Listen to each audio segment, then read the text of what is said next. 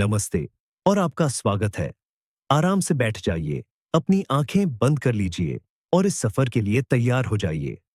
हम सब ने सिनेमा की एक मशहूर लाइन सुनी है, अंतरिक्ष में आपकी चीख कोई नहीं सुन पाएगा।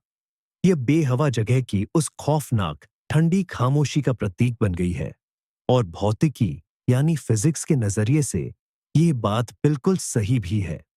जिस आवाज को हम जानते हैं वह हवा या पानी जैसे माध्यम के कंपन से पैदा होती है। वैक्यूम में इसे फैलने के लिए कोई जगह नहीं मिलती। लेकिन क्या होगा अगर मैं आपको बताऊं कि यह पूरी सच्चाई नहीं है? क्या हो अगर वास्तव में ब्रह्मांड संगीत से भरा हो, लेकिन ये ऐसे उपकरणों पर बजता हो जो हमारी आंखों को दिखाई नहीं देते और ऐसी आवाजें निकालता हो जो हमारे कानों को सुनाई नहीं देती। अंतरिक्ष शांत नहीं है। यह फुसफुसाता है, गूंजता है, गाता है और गरजता है। नींद के लिए बनाई गई इस खास लेक्चर में हम और आप सुनना सीखेंगे। हम सितारों के बीच एक सफर पर चलेंगे, उनकी गुप्त सिम्फनी को सुनने के लिए, जो रेडियो तरंगों, एक्स-रे और यहाँ तक कि स्पेस टाइम की बनावट में छिपी हुई है। ये जानने के लिए तैयार हो जाइए कि अंतरिक्ष असल में ऐसी आवाजों में फुसफुसाता क्यों है, जिन्हें कोई नहीं सुनता। इससे पहले कि हम अंतरिक्ष की गहराई में उतरे, आइए एक पल के लिए रुके और समझे कि हम इसे सीधे क्यों नहीं सुन सकते। एक घंटी की कल्पना कीजिए। जब आप इसे बजाते हैं तो यह कंपन वाइब्रेट करने लगती है। ये कंपन अपने आसपास की हवा के अणुओं को भी कंपन करने, सिकुड़ने और फैलने के लिए मजबूर करते हैं। सिकुड़न और फैलाव की यह लहर हवा में फैलती है और जब हमारे कान तक पहुंचती है तो कान के पर्दे, ईयर ड्रम में कंपन पैदा करती है। हमारा मस्तिष्क इन कंपनों को आवाज के रूप में समझता है। यहाँ मुख्य शब्द है हवा। ध्वनि को संचरण ट्रांसमिशन के लिए एक माध्यम की आवश्यकता होती है। यह गैस, तरल या ठोस चीजों से गुजर सकती है, लेकिन अंतरिक्ष लगभग एक आदर्श वैक्यूम है। वहां सितारों और आकाशगंगाओं के बीच पदार्थ के अणु इतने कम होते हैं कि ध्वनि तरंग एक से दूसरे तक पहुंच ही नहीं सकती। उनके बीच की दूरी मीटर या यहां तक कि किलोमीटर में भी हो सकती है। इसीलिए फिल्मों में विस्फोटों और भयंकर गर्जना से भरी अंतरिक्ष की लड़ाइयां बस एक खूबसूरत कल्पना है। वास्तविकता में वहां पूर्ण सन्नाटा छाया रहेगा। लेकिन ब्रह्मांड ने संवाद करने का एक और तरीका ढूंढ लिया है। ध्वनि तरंगों की बजाय यह विद्युत चुंबकीय तरंगों, इलेक्ट्रोमैग्नेटिक वेव्स का उपयोग करता है। प्रकाश, रेडियो तरंगे, इंफ्रारेड किरणें और एक्स-रे, इन्हें किसी माध्यम की जरूरत नहीं होती और ये अरबों सालों तक वैक्यूम में यात्रा कर सकती है। और यही तरंगे सबसे दूर और रहस्यमयी चीजों के बारे में जानकारी रखती है। वैज्ञानिकों ने इन सिग्नलों को विशालकाय रेडियो टेलीस्कोप की मदद से पकड़ना और उन्हें ध्वनि में बदलना सीख लिया है। इस प्रक्रिया को सोनिफिकेशन सोनिफिकेशन कहते हैं। हम अंतरिक्ष को सीधे नहीं सुनते, हम उसे ध्वनियों की उस भाषा में अनुवाद करके सुनते हैं जिसे हम समझते हैं।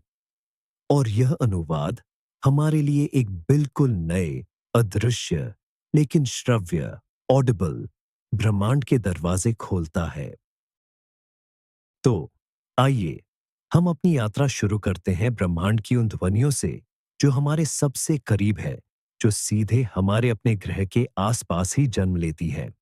कल्पना कीजिए कि वातावरण के अलावा पृथ्वी एक अदृश्य सुरक्षा कवच से ढकी हुई है, जिसे मैग्नेटोस्फीयर कहते हैं।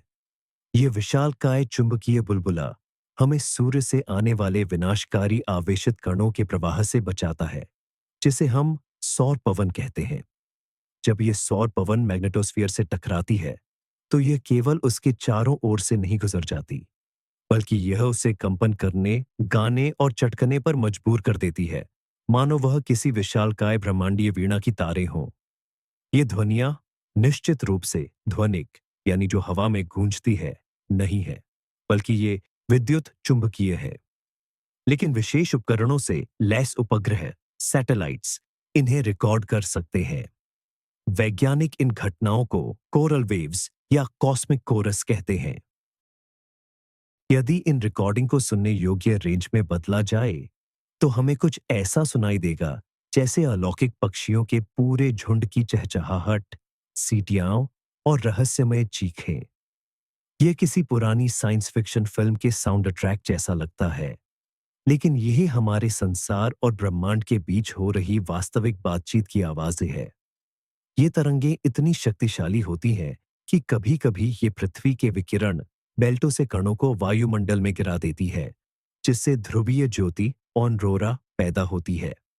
इसलिए अगली बार जब आप आकाश में ऑनरोरा की हरी और बैंगनी रंग की चमकदार पट्टियां देखें, तो जान लें आप केवल उन्हें देख नहीं रहे हैं, बल्कि एक तरह से यह कल्पना भी कर सकते हैं कि यह शानदार ब्रह्मांडीय नृत्य कैसा सुनाई देता होगा। यह हमारे लिए अंतरिक्ष की पहली और शायद सबसे निजी ध्वनि है, हमारे अपने ग्रह का गीत, जो हमें ब्रह्मांड की कठोर हवाओं से बचाता है। यह एक निरंतर याद दिलाता है कि हम एक गतिशील, जीवंत प्रणाली के भीतर रह रहे हैं, जो अदृश्य लेकिन पूरी तरह से वास्तविक प्रक्रियाओं से भरी हुई है। आइए अब थोड़ा और आगे बढ़ते हैं। हमारी सौर प्रणाली के विशालकाय गैस ग्रहों बृहस्पति, जुपिटर और शनि, सैटर्न की ओर। ये ग्रह असल में प्राकृतिक रेडियो सिग्नलों के शक्तिशाली जनक हैं। इनके विशाल चुंबकीय क्षेत्र, पावरफुल मैग्नेटिक फील्ड्स और तूफानी वातावरण, टर्बुलेंट एटमॉस्फेयर्स मिलकर एक ऐसी कैकोफनी पैदा करते हैं जो वाकई किसी दूसरी दुनिया की लगती है। वॉयजर, वॉयेजर और कैसनी जैसे अंतरिक्ष यानों द्वारा रिकॉर्ड की गई सबसे प्रसिद्ध घटनाओं में से एक है विस्लर्स। ये सीटी बजाती वायुमंडलीय ध्वनियां बृहस्पति और शनि पर उठने वाली उन बिजली की कड़कों से पैदा होती है, जो पृथ्वी की बिजली से हजारों गुना ज्यादा शक्तिशाली हो सकती है। जब ऐसी विशाल बिजली चमकती है, तो वह एक विस्तृत आवृत्ति spectrum, broad spectrum of frequencies वाला रेडियो पल्स उत्पन्न करती है। यह पल्स ग्रह की चुंबकीय क्षेत्र रेखाओं के साथ यात्रा करती हुई आसपास की प्लाज्मा में बिखर जाती है। चूंकि उच्च आवृत्ति वाली तरंगे, हाई फ्रीक्वेंसी वेव्स, कम आवृत्ति वाली तरंगों की तुलना में तेजी से चलती है, इसलिए वे अंतरिक्ष यान के रिसीवर तक पहले पहुंचती है। परिणामस्वरूप जब हम इस सिग्नल को ध्वनि में बदलते हैं, तो हमें एक विशेष तरह की नीचे उतरती हुई सीटी, डिसेंडिंग विसल सुनाई देती है। यह आवाज किसी कार्टून फिल्म में बम के गिरने या किसी लेजर शॉट की तरह लगती है। ये अद्भुत घटना वैज्ञानिकों को इन विशाल तूफानों की गूंज, एको सुनकर ग्रहों के चारों ओर मौजूद प्लाज्मा के घनत्व, प्लाज्मा डेंसिटी का अध्ययन करने की अनुमति देती है। व्हिस्लर्स के अलावा अंतरिक्ष यान अन्य ध्वनियां भी रिकॉर्ड करते हैं। उदाहरण के लिए शनि किलोमीटर विकिरण, सैटर्नियन किलोमेट्रिक रेडिएशन। ये तीव्र रेडियो धमाके, इंटेंस रेडियो बर्स्ट्स होते हैं, जो शनि के ध्रुवीय ऑरोरास से गहराई से जुड़े होते हैं। ध्वनि में बदलने पर ये एक डरावनी, धड़कने वाली, पल्सेटिंग, चरचराहट और क्लिक की एक श्रृंखला जैसा लगता है। ऐसा महसूस होता है जैसे हम किसी एलियन मशीन को चुपके से सुन रहे हों।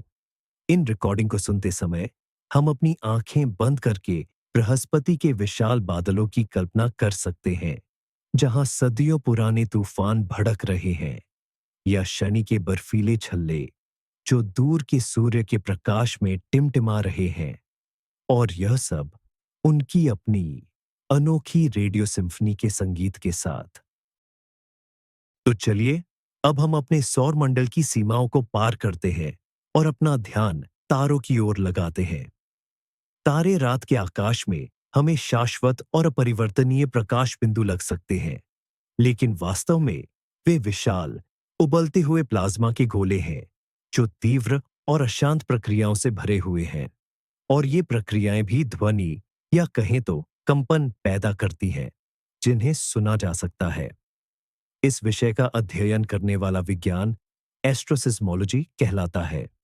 ठीक वैसे ही जैसे भूगर्भ विज्ञानी भूकंपों से उत्पन्न सिस्मिक वेव्स के आधार पर पृथ्वी के आंतरिक हिस्सों का अध्ययन करते हैं, खगोलविद तारों की आंतरिक संरचना को उनके कंपनों के माध्यम से समझते हैं। इन कंपनों के कारण तारे की सतह बहुत धीमी गति से और मामूली रूप से धड़कती है, कभी फैलती है तो कभी सिकुड़ती है। चमक में ये बदलाव इतने सूक्ष्म होते हैं कि इन्हें नंगी आंखों से देखना असंभव है, लेकिन केपलर जैसे संवेदनशील दूरबीन इन्हें आसानी से रिकॉर्ड कर सकते हैं। जब वैज्ञानिक इन कंपन डेटा का विश्लेषण करते हैं और उन्हें श्रव्य सीमा में लाने के लिए लाखों गुना गति देते हैं, तो एक अद्भुत ध्वनि उत्पन्न होती है, एक गहरी गूंजती हुई गड़गड़ाहट। हर तारा अपनी धुन में गाता है। युवा, बड़े और गर्म तारों का स्वर ऊंचा होता है, जबकि लाल दैत्य जैसे पुराने, ठंडे और विशाल तारों की ध्वनि कम और दमदार होती है। हमारा अपना सूर्य भी कंपित होता है। यह लाखों अलग अलग कंपनों से बना एक जटिल स्वर उत्पन्न करता है, लेकिन इसका मूल स्वर इतना नीचा है कि वह हमारी सुनने की क्षमता से बहुत दूर है। इन तारों के गीतों को सुनकर खगोलविद तारे का द्रव्यमान, उसकी आयु, रासायनिक संरचना और यहां तक कि उसके केंद्र में क्या हो रहा है, ये सब पता लगा सकते हैं। यह अरबों खरबों किलोमीटर दूर रहते हुए किसी तारे का अल्ट्रासाउंड करने जैसा है। तारों की यह गहरी, चारों ओर लिपटी हुई गूंज केवल एक सुंदर प्रभाव नहीं है, यह उनके छिपे हुए आंतरिक जीवन की वास्तविक आवाज है। समय और अंतरिक्ष की खाई को पार करके हम तक पहुंचने वाली थर्मोन्यूक्लियर प्रतिक्रियाओं और संवहनी प्रवाहों की एक सिम्फनी। अनगिनत तारों की आवाजों के बीच कुछ बहुत ही खास कलाकार हैं, एक तरह के अंतरिक्षीय ड्रम बजाने वाले। इन्हें पल्सार्स कहा जाता है। यह क्या होते हैं, इसे समझने के लिए कल्पना कीजिए कि एक तारा है जो हमारे सूर्य से बहुत ज्यादा विशाल है। अपने जीवन के अंत में यह एक सुपरनोवा की तरफ हट जाता है और इसका केंद्र, कोर, अपने ही गुरुत्वाकर्षण के कारण अविश्वसनीय घनत्व तक सिकुड़ जाता है। एक पूरे शहर के आकार का पदार्थ पूरे मानव जाति से भी ज्यादा वजनदार होगा। इस तरह न्यूट्रॉन तारे, न्यूट्रॉन स्टार का जन्म होता है। इसी संकुचन के दौरान यह तारा एक स्केटिंग खिलाड़ी की तरह, जो अपने हाथ शरीर से सटा लेता है, भयंकर गति से घूमना शुरू कर देता है। कभी कभी तो एक सेकंड में सैकड़ों चक्कर लगाता है। इस न्यूट्रॉन तारे में एक अत्यंत शक्तिशाली चुंबकीय क्षेत्र होता है, जो ध्रुवों, पोल्स से रेडियो विकिरण, रेडियो एमिशन के दो संकीर्ण किरणपुंज, नैरो बीम्स, उत्सर्जित करता है। ये किरणें तारे के साथ घूमती हैं और आकाश में एक रोशनी घर, लाइट हाउस की बीम की तरह तेजी से गुजरती है। जब पृथ्वी इन किरणों के रास्ते में आती है, तो हमारे रेडियो टेलीस्कोप एक निश्चित और आवधिक स्पंद, पीरियडिक इम्पल्स को रिकॉर्ड करते हैं। इसी प्रभाव को पल्सर कहा जाता है। जब खगोल भौतिक विज्ञानी, एस्ट्रोफिजिसिस्ट जोसेलन बेल बर्नेल ने पहली बार 1977 में इस तरह के संकेत का पता लगाया, तो इसकी नियमितता इतनी आश्चर्यजनक थी कि मजाक में इसे LGM-1 नाम दिया गया, जिसका मतलब था छोटे हरे आदमी 1, लिटिल ग्रीन मैन 1। वैज्ञानिकों ने गंभीरता से इस बात पर विचार किया कि कहीं यह संकेत किसी कृत्रिम उत्पत्ति का तो नहीं है, लेकिन जल्द ही अन्य पल्सर भी खोजे गए और यह स्पष्ट हो गया कि यह एक प्राकृतिक घटना है। जब पल्सर से मिलने वाले संकेतों को आवाज, सोनिफिकेशन में बदला जाता है, तो वे एक मेट्रोनोम की तरह स्पष्ट और लयबद्ध दस्तक की तरह सुनाई देते हैं। हर पल्सर की अपनी एक अद्वितीय लय होती है, जो समय के साथ बहुत धीरे धीरे कम होती जाती है। इस अविश्वसनीय सटीकता के कारण पल्सर को एक तरह की अंतरिक्षीय घड़ी, कॉस्मिक क्लॉक्स के रूप में इस्तेमाल किया जाता है, जिसका उपयोग सामान्य सापेक्षता के सिद्धांत, जनरल थ्योरी ऑफ रिलेटिविटी की जांच करने और गुरुत्वाकर्षण तरंगों, ग्रेविटेशनल वेव्स को खोजने के लिए होता है। इस अंतरिक्षीय धुन को सुनकर हम सिर्फ आवाज नहीं सुन रहे हैं, हम ब्रह्मांड की सबसे सटीक घड़ी की टिक टिक सुन रहे हैं, जो भव्य तारकीय महाविनाश, स्टेलर कैटास्ट्रोफीज के बाद पीछे छूट गई है। सामान्य तारों और अनोखे पल्सरों से हटकर भी हमारा ब्रह्मांड सचमुच विशाल और विस्मयकारी चीजों से भरा पड़ा है, और शायद इनमें सबसे ज्यादा रहस्यमय है ब्लैक होल। अंतरिक्ष का यह वह हिस्सा है जिसका गुरुत्वाकर्षण इतना प्रचंड होता है कि प्रकाश भी इसे पार नहीं कर सकता। लंबे समय तक इन्हें पूर्ण शून्यता और गहन शांति का प्रतीक माना जाता रहा। हालांकि साल 2003 में चंद्रा नामक अंतरिक्ष एक्स-रे वेधशाला स्पेस एक्स-रे ऑब्जर्वेटरी के साथ काम कर रहे खगोलविदों ने एक ऐसी हैरान कर देने वाली खोज की जिसने हमारी पूरी अवधारणा को बदल दिया। उन्होंने हमसे लगभग 25 करोड़ 250 मिलियन प्रकाश वर्ष की दूरी पर स्थित पर्सियस तारामंडल पर्सियस कॉन्स्टलेशन में आकाश गंगाओं के एक विशाल क्लस्टर पर नजर रखी। इस क्लस्टर के केंद्र में एक सुपरमैसिव ब्लैक होल मौजूद है। खगोलविदों ने गौर किया कि इस क्लस्टर में मौजूद गर्म गैस में सांद्रिक तरंगे कंसेंट्रिक वेव्स थीं, जो पानी में पत्थर फेंकने पर बनी लहरों की तरह दिखती थी। पता चला कि ये तरंगे असल में ध्वनि तरंगे साउंड वेव्स थीं। इनका स्रोत स्वयं ब्लैक होल है, जो समय समय पर शक्तिशाली जेट्स यानी कणों की तेज धाराएं उत्सर्जित करता है। ये जेट्स आसपास की गैस को विचलित करते हैं और इस विशालकाय ध्वनि की लहर को जन्म देते हैं। वैज्ञानिकों ने इन कंपनों की आवृत्ति फ्रीक्वेंसी की गणना की। यह पाया गया कि ये सी फ्लैट साई बेमोल नोट के अनुरूप थे, लेकिन ये पियानो के मध्य सा मिडिल सी से 57 सप्तक नीचे थे। इस तरंग के एक कंपन को पूरा होने में लगभग 1 करोड़ वर्ष लगते हैं।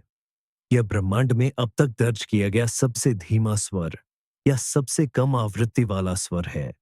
हमारा कान जाहिर है कि ऐसी इंफ्रासाउंड तरंगों को महसूस नहीं कर सकता, लेकिन हमें इसे सुनाने के लिए नासा के वैज्ञानिकों ने इस सिग्नल की फ्रीक्वेंसी को कई दर्जन सप्तक तक बढ़ा दिया। नतीजतन हमें एक गहरा, भयावह और किसी दूसरी दुनिया का सा लगने वाला गुंजन सुनाई दिया। यह महज कोई कलात्मक व्याख्या, आर्टिस्टिक इंटरप्रिटेशन नहीं है। ये वह वास्तविक ध्वनि है जो इस क्षण परसियस आकाशगंगा समूह की गैस में फैल रही है। हम एक सुपरमैसिव ब्लैक होल की दहाड़ सुन रहे हैं, ब्रह्मांड के सबसे शक्तिशाली पिंडों में से एक की नीची, गड़गड़ाती हुई आवाज। ब्लैक होल कृष्ण विवर सिर्फ अपने आसपास की गैस के जरिए ही आवाज पैदा नहीं करते। वे एक बिल्कुल अलग, कहीं ज्यादा मौलिक तरीके से भी ध्वनि उत्पन्न करने में सक्षम हैं, यानी स्वयं अंतरिक्ष समय की बनावट में कंपन के जरिए। आइंस्टीन के सामान्य सापेक्षता सिद्धांत के अनुसार भारी वस्तुएं अपने चारों ओर अंतरिक्ष समय को विकृत कर देती हैं, और जब दो ब्लैक होल या न्यूट्रॉन तारे जैसी अत्यधिक विशाल वस्तुएं एक दूसरे के चारों ओर घूमती है और अंततः विलीन हो जाती है, तो वे अंतरिक्ष समय में लहरें, रिपल्स पैदा करती हैं, जो प्रकाश की गति से हर दिशा में फैलती है। इन्हीं को गुरुत्वाकर्षण तरंगे कहा जाता है। लंबे समय तक ये केवल एक सैद्धांतिक भविष्यवाणी थी, लेकिन 2015 में लाइगो वेधशाला ने इतिहास में पहली बार दो ब्लैक होल के विलय से उत्पन्न हुई ऐसी तरंगों को सीधे रिकॉर्ड किया, जो 1 अरब साल से भी पहले घटित हुआ था। लाइगो के डिटेक्टर अविश्वसनीय रूप से संवेदनशील उपकरण हैं, जो प्रोटॉन के व्यास से भी हजारों गुना कम दूरी के परिवर्तन को मापने की क्षमता रखते हैं। जब कोई गुरुत्वाकर्षण तरंग पृथ्वी से गुजरती है, तो वह क्षण भर के लिए अपने रास्ते में आने वाली हर चीज को सिकोड़ती और फैलाती है, जिसमें डिटेक्टर की भुजाएं भी शामिल हैं। रिकॉर्ड किए गए इन कंपन संकेतों को ध्वनि तरंग में बदला जा सकता है, और जो हमें सुनाई देता है वह एक छोटा, ऊंचाई में बढ़ता हुआ शोर होता है, जो किसी चहचहाहट या क्लिक जैसा लगता है, जिसे वैज्ञानिक चर्प नाम देते हैं। यह ध्वनि सिर्फ 1 सेकंड के अंश तक रहती है, लेकिन इसमें एक महान ब्रह्मांडीय आपदा की पूरी जानकारी समाहित होती है। इस चर्प को सुनकर हम दो ब्लैक होल के मौत के नृत्य का अंतिम सुर सुनते हैं। हम उनका द्रव्यमान, घूमने की गति और गुरुत्वाकर्षण तरंगों के रूप में उत्सर्जित ऊर्जा की मात्रा निर्धारित कर सकते हैं। इन दो ब्लैक होल के विलय में 1 सेकंड के अंश में ब्रह्मांड के सभी तारों द्वारा उत्सर्जित कुल ऊर्जा से भी ज्यादा ऊर्जा मुक्त होती है। यह महज कोई आवाज नहीं है, यह समय की गहराई से हम तक पहुंची स्वयं ब्रह्मांड की कंपन है। हमने ग्रहों, तारों और ब्लैक होल की आवाजें तो सुन ली हैं, पर उस सबसे बड़ी चीज के बारे में क्या, जिसके बारे में हम सोच सकते हैं, यानी स्वयं इस ब्रह्मांड के जन्म की ध्वनि कैसी थी? जाहिर है, महाविस्फोट, बिग बैंग के समय आवाज को ले जाने के लिए हवा मौजूद नहीं थी। लेकिन शुरुआती ब्रह्मांड पूरी तरह से खाली वैक्यूम नहीं था। अपने जन्म के शुरुआती कुछ लाख सालों तक यह अत्यधिक गर्म और अत्यधिक घने प्लाज्मा से भरा हुआ था। यह प्रोटॉन, इलेक्ट्रॉन और फोटॉन का एक प्रकार का आदिकालीन शोरबा, प्राइमोर्डियल सूप था। यह प्लाज्मा इतना घना था कि प्रकाश इसमें स्वतंत्र रूप से घूम नहीं सकता था, बल्कि लगातार कणों से टकराकर बिखरता रहता था। इसी शोरबे के भीतर बड़ी-बड़ी प्रक्रियाएं चल रही थीं। डार्क मैटर अपनी गुरुत्वाकर्षण शक्ति से पदार्थ को सिकोड़ने की कोशिश कर रहा था, जबकि गर्म फोटॉन का दबाव इस संपीड़न, कंप्रेशन का जोरदार विरोध कर रहा था। इस टकराव ने दबाव की विशाल लहरें पैदा की, जो पूरे युवा ब्रह्मांड में फैल रही थीं। ये वास्तव में ध्वनि तरंगे ही थीं, बस उनका माध्यम हवा नहीं, बल्कि वह आदिकालीन प्लाज्मा था। इन तरंगों को पेरियॉन ध्वनिक दोलन, पैरियोनिक अकूस्टिक ऑसिलेशंस कहा जाता है। ये अविश्वसनीय रूप से शक्तिशाली और लंबी थीं। कुछ की लंबाई तो लाखों प्रकाश वर्ष तक पहुंच चुकी थी। महाविस्फोट के लगभग 3,80,000 साल बाद ब्रह्मांड इतना ठंडा हो गया कि प्रोटॉन और इलेक्ट्रॉन मिलकर हाइड्रोजन परमाणु बना सके। इस क्षण से ब्रह्मांड के सामने से प्रकाश का पर्दा हट गया। जो फोटॉन इससे पहले प्लाज्मा में कैद थे, वे आखिरकार आजाद हुए और हर दिशा में फैल गए। इस पहले प्रकाश को हम आज भी ब्रह्मांडीय माइक्रोवेव पृष्ठभूमि विकिरण, कॉस्मिक माइक्रोवेव बैकग्राउंड या रेलिक्ट विकिरण के रूप में देख सकते हैं। और इस विकिरण के नक्शे पर ठीक किसी प्राचीन हस्तलिपि की तरह उन ध्वनि तरंगों के निशान छप गए थे। तापमान के इन बेहद छोटे उतार चढ़ावों का विश्लेषण करके वैज्ञानिकों ने शुरुआती ब्रह्मांड की उस ध्वनि को वापस से सुना है। अगर हम इन 3,80,000 सालों को कुछ ही सेकंड में समेट दें और उनकी फ्रीक्वेंसी बढ़ा दें, तो हमें एक बढ़ती हुई, कान फाड़ देने वाली गड़गड़ाहट सुनाई देगी, जो प्रकाश के आजाद होते ही अचानक थम जाती है। यही है शिशु ब्रह्मांड की आवाज, उसके जन्म की गर्जना, जो अनंत काल के लिए स्थिर हो गई है। विशाल पैमानों से हटकर अब कुछ ज्यादा नजदीकी और शायद ज्यादा समझने योग्य चीज की बात करते हैं। आखिर हम ये कैसे सुनिश्चित कर सकते हैं कि जिन आवाजों पर हम चर्चा कर रहे हैं, वे केवल वैज्ञानिकों की कल्पना या महज एक यादृच्छिक शोर नहीं है? यहीं पर गणित और कंप्यूटर मॉडलिंग हमारी मदद करते हैं। सोनिफिकेशन की प्रक्रिया डेटा पर मनमाना ध्वनि थोपना नहीं है। यह एक कठोर वैज्ञानिक पद्धति है, जिसका उद्देश्य मूल सिग्नल की विशेषताओं को अधिक से अधिक सटीकता के साथ प्रस्तुत करना है। कल्पना कीजिए, आपके पास समय के साथ किसी तारे की चमक में बदलाव का ग्राफ है। चमक में उतार चढ़ाव आता है, जिससे एक जटिल वक्र, कर्व बनता है। इसे ध्वनि में बदलने के लिए हम ग्राफ की समय अक्ष, टाइम एक्सिस, को ध्वनि फाइल की समय अक्ष से और चमक अक्ष को ध्वनि की तीव्रता, वॉल्यूम या पिच से जोड़ सकते हैं।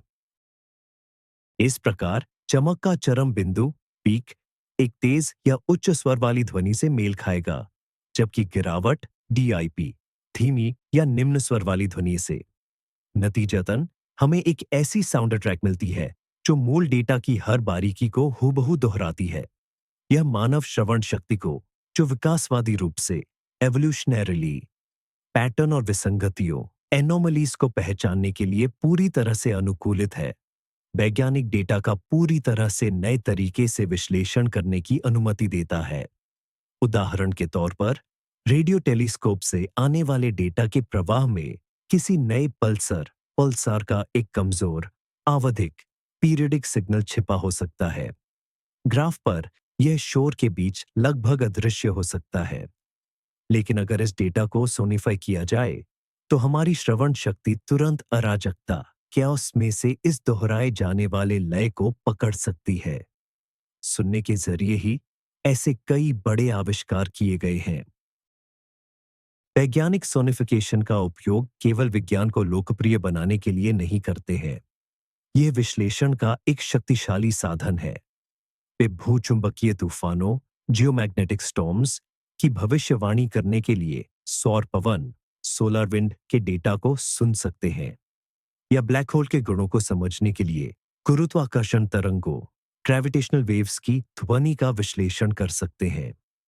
इसीलिए जब आप अंतरिक्ष की आवाज सुनते हैं, तो जान लें, इसके पीछे केवल कल्पना या काव्य नहीं है, बल्कि कठोर विज्ञान है, जो अदृश्य डेटा को एक सार्थक और सूचनात्मक धुन में बदल रहा है। हमने उन रेडियो तरंगों के बारे में बात की है, जो अलग-अलग अंतरिक्ष पिंडों से हम तक पहुंचती हैं। लेकिन सवाल यह है कि ये तरंगे पैदा कहां से होती हैं और इन्हें हम पकड़ते कैसे हैं। चलिए, एक रेडियो रिसीवर की कल्पना करते हैं। जब आप इसे किसी खास स्टेशन पर ट्यून करते हैं, तो आप उस स्टेशन के ट्रांसमीटर से आ रही रेडियो तरंगों को पकड़ते हैं। हमारा ब्रह्मांड भी ऐसी प्राकृतिक रेडियो स्टेशनों से भरा हुआ है। ये घूमते हुए ग्रह, प्लैनेट्स, फटते हुए तारे, एक्सप्लोडिंग स्टार्स, आकाशगंगाओं के सक्रिय केंद्र, या यहां तक कि तारों के बीच मौजूद ठंडी गैस के बादल भी हो सकते हैं। ये पिंड कई वजहों से रेडियो तरंगें उत्सर्जित करते हैं, जैसे चुंबकीय क्षेत्रों में आवेशित कणों, चार्ज्ड पार्टिकल्स की गति के कारण, तापीय विकिरण, थर्मल रेडिएशन के कारण, या फिर परमाणुओं में होने वाले विशिष्ट क्वांटम बदलावों, क्वांटम ट्रांजिशंस की वजह से। इन बेहद कमजोर सिग्नलों को पकड़ने के लिए, जो हजारों लाखों सालों की यात्रा करके हम तक पहुंचे हैं, हमें विशालकाय कानों की जरूरत होती है, जिन्हें हम रेडियो टेलीस्कोप कहते हैं। ऑप्टिकल टेलीस्कोप, ऑप्टिकल टेलीस्कोप्स के विपरीत, जो दिखने वाली रोशनी जमा करते हैं, रेडियो टेलीस्कोप वास्तव में विशालकाय परवलयिक एंटीना, पैराबोलिक एंटेनास होते हैं। ये दिखने में तो सैटेलाइट डिश की तरह होते हैं, लेकिन आकार में ये उनसे कहीं ज्यादा बड़े होते हैं। इनमें से सबसे बड़े तो सैकड़ों मीटर व्यास, डायमीटर तक पहुंच जाते हैं। इनका काम है आती हुई रेडियो तरंगों को एक ही बिंदु पर केंद्रित करना, जहां एक संवेदनशील सेंसिटिव रिसीवर लगा होता है। यह रिसीवर सिग्नल को कई गुना बढ़ाता है और इसे डिजिटल डेटा में बदल देता है, जिसे फिर कंप्यूटर आसानी से विश्लेषण कर पाते हैं। कभी-कभी एक अकेले टेलीस्कोप से काम नहीं चलता। ज्यादा स्पष्ट तस्वीर या आवाज पाने के लिए खगोल वैज्ञानिक इंटरफेरोमेट्री नामक तकनीक का उपयोग करते हैं। वे कई रेडियो टेलीस्कोपों से आ रहे सिग्नलों को जोड़ते हैं, जो एक दूसरे से काफी दूरी पर स्थापित होते हैं। ये सब मिलकर एक विशालकाय टेलीस्कोप की तरह काम करते हैं, जिसका आकार एक महाद्वीप या यहां तक कि पूरी पृथ्वी जितना बड़ा हो सकता है, जैसे इवेंट होराइजन टेलीस्कोप प्रोजेक्ट, जिसने पहली बार ब्लैक होल की तस्वीर ली थी। इन्हीं तकनीकों की बदौलत हम सही फ्रीक्वेंसी पर ट्यून कर पाते हैं और पल्सर की फुसफुसाहट, आकाशगंगाओं की गूंज या बिग बैंग की प्रतिध्वनि को ब्रह्मांड के सामान्य शोर से अलग करके सुन पाते हैं। उपकरणों को समझने के बाद आइए वापस ध्वनि के स्रोतों पर चलते हैं। इस बार हम ब्रह्मांड के सबसे अशांत और अराजक स्थानों में झांकेंगे, यानी सुपरनोवा अवशेषों में। जब कोई विशाल तारा अपना ईंधन समाप्त कर देता है, तो वह ढह जाता है और फिर अविश्वसनीय शक्ति से फट जाता है। यह विस्फोट, जिसे सुपरनोवा कहा जाता है, थोड़े समय के लिए उस पूरी आकाशगंगा से भी ज्यादा चमक सकता है जिसमें वह हुआ था। विस्फोट तारे के पदार्थ को प्रति सेकंड हजारों किलोमीटर की गति से आसपास के अंतरिक्ष में बिखेर देता है। गैस और धूल की यही फैलती हुई परत जो अंदर से प्रकाशित होती है और शॉक वेव्स या आघाती तरंगों द्वारा गर्म की जाती है, सुपरनोवा अवशेष कहलाती है। इसका सबसे प्रसिद्ध उदाहरण है क्रैब नेबुला, जो उस विस्फोट का अवशेष है जिसे 1364 ईस्वी में चीनी खगोलविदों ने देखा था।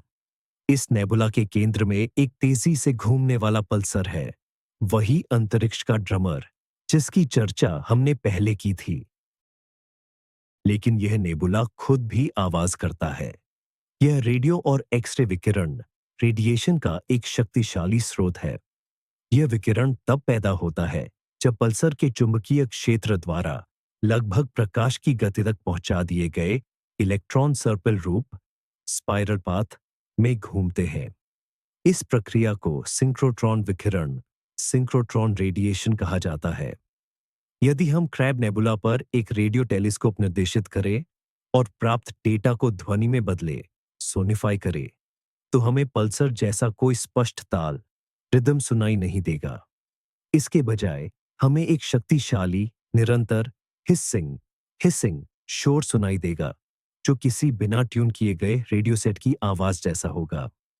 यह शोर वास्तव में अराजकता की आवाज है। ये उस अविश्वसनीय ऊर्जा का स्वर है जो एक तारे की मृत्यु के दौरान मुक्त हुई थी। विभिन्न आवृत्तियों फ्रीक्वेंसीज पर नेबुला के अलग-अलग हिस्सों को सुनकर वैज्ञानिक इसकी संरचना का नक्शा बना सकते हैं, गैस का तापमान और घनत्व निर्धारित कर सकते हैं और यह समझ सकते हैं कि शॉक वेव अंतरतारकीय माध्यम इंटरस्टेलर मीडियम के साथ कैसे संपर्क करती है। यह हिसिंग सिर्फ हस्तक्षेप इंटरफेरेंस नहीं है, यह सूचना से भरा एक कोलाहल है जो हमें एक विशाल तारे के जीवन के अंतिम क्षणों की कहानी बताता है और यह भी बताता है कि उसके अवशेष आकाशगंगा को उन भारी तत्वों से कैसे समृद्ध करते हैं जिनसे एक दिन नए तारे और ग्रह बनेंगे। मरते हुए सितारों की चीखों और पल्सरों की धड़कनों के अलावा अंतरिक्ष में एक शांत पर उतना ही महत्वपूर्ण फुसफुसाहट भी है। यह ठंडी अंतरतारकीय गैस इंटरस्टेलर गैस की आवाज है जिससे नए सितारों का जन्म होता है। हमें लगता है कि सितारों के बीच की जगह पूरी तरह से खाली है, लेकिन ऐसा नहीं है। यह विरल गैस से भरी हुई है जिसमें मुख्य रूप से हाइड्रोजन और सूक्ष्म धूल के कण शामिल होते हैं। कुछ जगहों पर यह गैस घनी होकर विशाल आणविक बादल मॉलिक्यूलर क्लाउड्स बन जाती है। ये बादल बहुत ठंडे होते हैं। इनका तापमान परम शून्य एब्सोल्यूट जीरो से बस कुछ ही डिग्री ज्यादा होता है। ऐसी परिस्थितियों में हाइड्रोजन परमाणु अपनी मूलभूत शांत अवस्था में मौजूद होते हैं और यहीं पर रेडियो खगोल विज्ञान की सबसे महत्वपूर्ण घटनाओं में से एक होती है। एक हाइड्रोजन परमाणु प्रोटॉन और इलेक्ट्रॉन से बना होता है। इन दोनों कणों का अपना घूर्णन या चक्रण स्पिन होता है। यह चक्रण या तो एक ही दिशा में समानांतर हो सकता है या विपरीत दिशाओं में प्रति समानांतर। जब चक्रण समानांतर होता है तो परमाणु में थोड़ी ज्यादा ऊर्जा होती है। लाखों वर्षों में एक बार हाइड्रोजन परमाणु में इलेक्ट्रॉन का चक्रण स्वतः ही पलट जाता है और वह कम ऊर्जा वाली प्रति समानांतर अवस्था में आ जाता है। इस प्रक्रिया में ऊर्जा का एक अत्यंत छोटा हिस्सा 21 सेंटीमीटर की तरंग दैर्ध्य वेवलेंथ वाली रेडियो तरंग के रूप में उत्सर्जित होता है।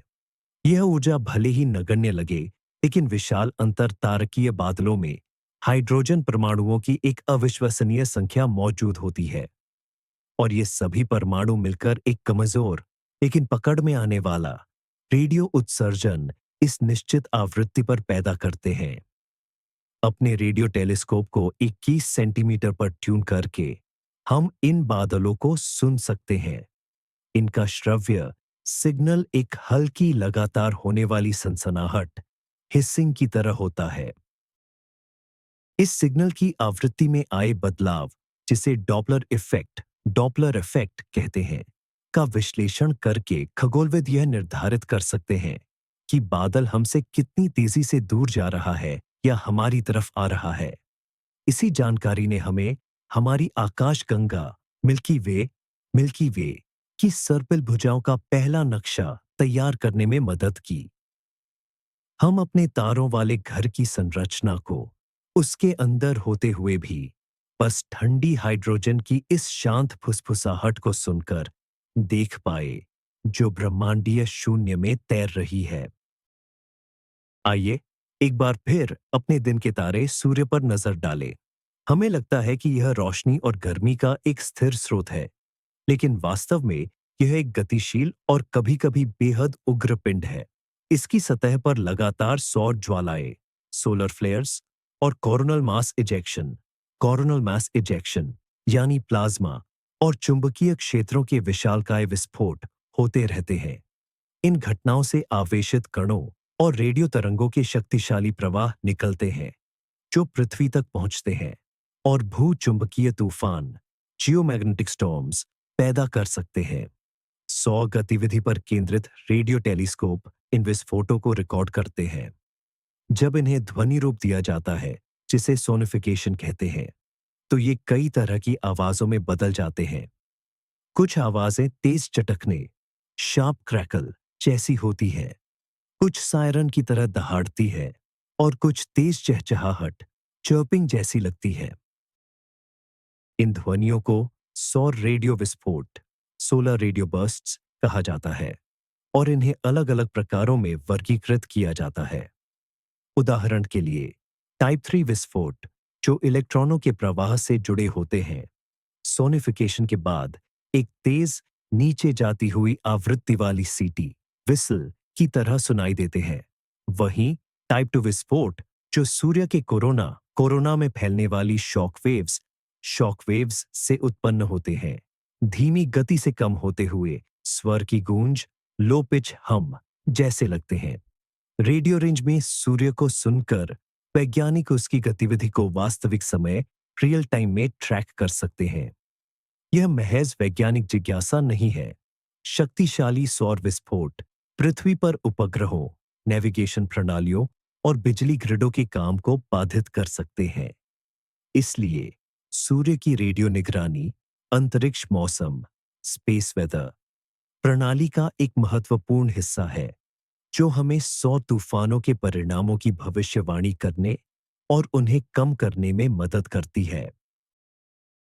तो ब्रह्मांड की गहराई से आने वाली यह चटकने और दहाड़ने की आवाज सिर्फ कोई अमूर्त ध्वनि नहीं है। ये हमारे सबसे नजदीकी और सबसे शक्तिशाली पड़ोसी सूर्य की आवाज है, जो सीधे तौर पर हमारे जीवन और हमारी तकनीक को प्रभावित करती है। यह हमें याद दिलाता है कि हम एक सक्रिय और निरंतर बदलते हुए वातावरण में रह रहे हैं और हमारे अपने सूर्य की भी अपनी एक बेहद शक्तिशाली आवाज है। अब तक हमने उन ध्वनियों की बात की, जो या तो ब्लैक होल की गूंज की तरह लगातार स्थिर होती है या पल्सर की धड़कन की तरह नियमित अंतराल पर आती है। लेकिन ब्रह्मांड हमेशा हमें चौंकाने की क्षमता रखता है। साल 2007 में खगोलविदों ने एक नए, पूरी तरह से रहस्यमय सिग्नल का पता लगाया। यह एक बेहद छोटा मगर अविश्वसनीय रूप से शक्तिशाली रेडियो पल्स था, जिसकी अवधि महज कुछ मिलीसेकंड थी। इस नगण्य समय में इसने उतनी ऊर्जा जारी की, जितनी हमारा सूर्य कई दिनों में उत्सर्जित करता है। यह सिग्नल किसी दूर की आकाशगंगा से आया था और इसकी प्रकृति पूरी तरह से अज्ञात थी। इस घटना को तेज रेडियो विस्फोट, फास्ट रेडियो बर्स्ट या एफआरबी नाम दिया गया। तब से लेकर अब तक ऐसे सैकड़ों विस्फोटों की खोज की जा चुकी है। इनमें से कुछ तो एकल थे, यानी एक बार चमके और हमेशा के लिए शांत हो गए। वहीं वैज्ञानिकों को हैरान करते हुए कुछ एफआरबी बार बार दोहराए जाने वाले रिपीटिंग निकले, जो स्पंदों की एक श्रृंखला उत्सर्जित करते थे। इन सिग्नलों को ध्वनि में बदलने पर एक बहुत ही विशिष्ट आवाज सुनाई देती है। एक छोटी, तेज, जो चाबुक की मार या किसी इलेक्ट्रॉनिक पीयू जैसी लगती है। जब विस्फोट दोहराया जाता है, तो हमें ऐसे ही क्लिक्स की एक श्रृंखला सुनाई देती है, जो कभी-कभी बेतरतीब अंतरालों पर एक दूसरे के पीछे आते हैं। तेज रेडियो विस्फोटों का उद्गम आज भी आधुनिक खगोल भौतिकी, एस्ट्रोफिजिक्स के प्रमुख रहस्यों में से एक बना हुआ है। इसे लेकर कई परिकल्पनाएं मौजूद हैं। कुछ वैज्ञानिक मानते हैं कि इनका स्रोत मैग्नेटर हो सकते हैं। ये न्यूट्रॉन तारों का एक खास प्रकार है जिनमें अत्यंत शक्तिशाली चुंबकीय क्षेत्र होते हैं। अन्य का अनुमान है कि यह कॉम्पैक्ट वस्तुओं का विलय हो सकता है या शायद कुछ बहुत ही दुर्लभ और विदेशी एग्जॉटिक घटना। अंतर आकाशगंगाई अंतरिक्ष से आने वाले इन रहस्यमय क्लिक्स को सुनकर हम वास्तव में ब्रह्मांड की सबसे बड़ी पहेलियों में से एक को सुलझाने की प्रक्रिया में शामिल होते हैं। हर नया खोजा गया विस्फोट, हर नया ध्वनि रूपांतरित रिकॉर्ड हमें यह समझने के करीब लाता है कि किस राक्षसी शक्ति का प्रलय, कैटेक्लिज्म, इतनी छोटी और शक्तिशाली चीख पैदा कर सकता है जिसे आधे ब्रह्मांड के पार सुना जा सकता है। हमने अक्सर सुना है कि ब्रह्मांड में अलग-अलग चीजें कैसी आवाज करती हैं, मगर क्या आपने कभी सोचा है कि अगर हम पूरी आकाशगंगा को सुनने की कोशिश करें तो क्या होगा? हमारी अपनी आकाशगंगा, जिसे हम मंदाकिनी, मिल्की वे कहते हैं, यह अरबों तारों, गैस, धूल और डार्क मैटर से बनी एक विशालकाय प्रणाली है। बेशक यह किसी एक आवाज का स्रोत नहीं है, लेकिन अगर हम एक रेडियो टेलीस्कोप इसकी सतह की ओर या इसके केंद्र की ओर मोड़ दें, तो हमें अनगिनत स्रोतों से आने वाले सिग्नलों का एक जटिल मिश्रण मिलता है। आकाशगंगा के रेडियो उत्सर्जन का यह सामूहिक शोर ही मंदाकिनी की आवाज कहलाता है। जब हम इस सिग्नल को ध्वनिबद्ध सोनिफाई करते हैं, तो हमें क्या सुनाई देता है? यह न तो कोई धुन होगी और न ही कोई स्पष्ट लय, बल्कि यह एक गहरा, जटिल और लगातार बदलता रहने वाला शोर होगा। इस शोर में हम आकाशगंगा के चुंबकीय क्षेत्र में घूमते इलेक्ट्रॉनों से निकलने वाले सिंक्रोट्रॉन उत्सर्जन की हिस्सा को पहचान सकते हैं। इसमें दूर दराज के सुपरनोवा अवशेषों और नए तारे बनने वाले क्षेत्रों से आने वाली एक हल्की पृष्ठभूमि ध्वनि भी शामिल होगी। और यदि हम टेलीस्कोप को सीधे आकाशगंगा के केंद्र की ओर धनु राशि सैजिटेरियस तारामंडल की दिशा में मोड़ दें, तो यह शोर और भी तेज तथा सघन हो जाएगा। वहां मंदाकिनी के ठीक दिल में अति विशाल black hole Sagittarius A star छिपा हुआ है। यह पर्कियस क्लस्टर के ब्लैक होल जितना सक्रिय तो नहीं है, लेकिन फिर भी यह गर्म गैस से घिरा है जो रेडियो तरंगें उत्सर्जित करती है। केंद्र से आने वाली यह गूंज हमारी आकाशगंगा की धड़कन है। इस गैलेक्टिक शोर को सुनकर हम अपने इस तारकीय घर की विशालता और जटिलता को महसूस कर सकते हैं। ये ठीक वैसा ही है जैसे आप आंखें बंद करके एक विशाल शहर के बीचों बीच खड़े हों और बस सुन रहे हों। आप अलग अलग बातों को नहीं पहचानते, लेकिन शहर की सामूहिक गूंज आपको उसकी जिंदगी, उसकी ऊर्जा और उसके आकार का एहसास कराती है।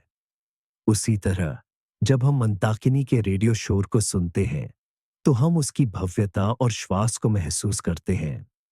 हम अरबों सितारों और निहारिकाओं की सामूहिक आवाज सुनते हैं। हमारी अपनी आकाशगंगा से परे अरबों अन्य आकाशगंगाएं मौजूद हैं, और चौंकाने वाली बात यह है कि वे भी अपनी एक आवाज रखती हैं।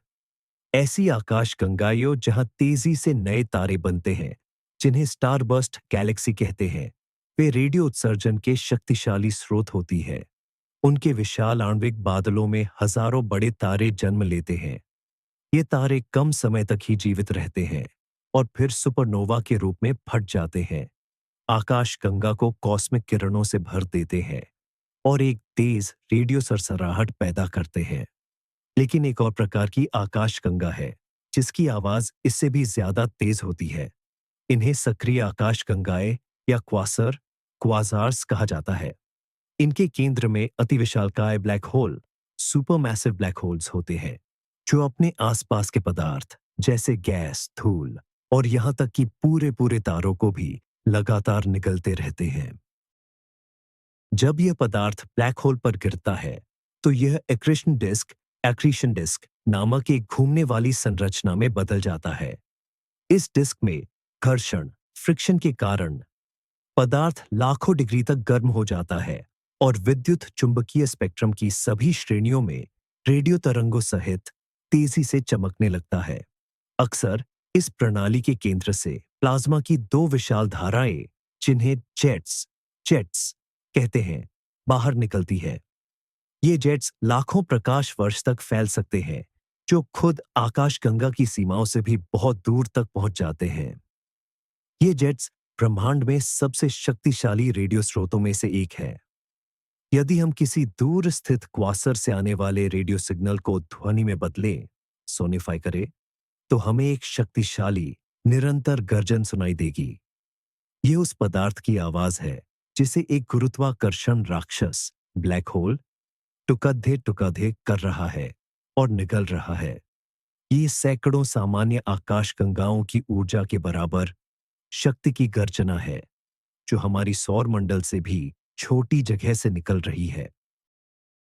इन दूर की आवाजों को सुनकर हम वास्तव में ब्रह्मांड के अतीत में झांक रहे होते हैं, क्योंकि इनसे आने वाली रोशनी और रेडियो तरंगों को हम तक पहुंचने में अरबों साल लगे हैं।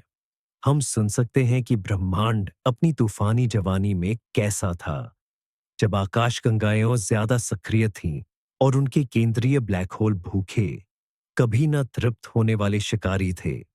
यह गर्जन कॉस्मिक टाइटन्स, ब्रह्मांडीय दानवों के युग का साउंड ट्रैक है। अलग अलग वस्तुओं के अलावा एक पृष्ठभूमि शोर भी है, जो पूरे ब्रह्मांड में व्याप्त है। हमने पहले ही कॉस्मिक माइक्रोवेव बैकग्राउंड यानी माइक्रोवेव रेंज में बिग बैंग की गूंज के बारे में बात की है, लेकिन एक और चीज मौजूद है, ब्रह्मांडीय रेडियो पृष्ठभूमि, कॉस्मिक रेडियो बैकग्राउंड। यह ब्रह्मांड के उन सभी रेडियो स्रोतों से निकलने वाला कुल विकिरण है, जो इतने दूर या इतने धुंधले हैं कि हम उन्हें अलग अलग पहचान नहीं सकते। कल्पना कीजिए, आप किसी मैच के दौरान एक बड़े स्टेडियम में हैं। आपको हजारों लोगों के चिल्लाने, बात करने और तालियां बजाने से बना भीड़ का एक सामूहिक कोलाहल सुनाई देता है, लेकिन आप किसी एक व्यक्ति की आवाज को अलग से नहीं पहचान पाते। ब्रह्मांडीय रेडियो पृष्ठभूमि भी कुछ ऐसी ही है। ये अरबों दूर की आकाश गंगाओं और क्वेसरों का भीड़ का शोर है। जब इसे ध्वनि रूप में बदला जाता है, सोनिफिकेशन, तो ये महज एक सफेद शोर या हल्की सी हिस हिस की आवाज जैसा लगता है।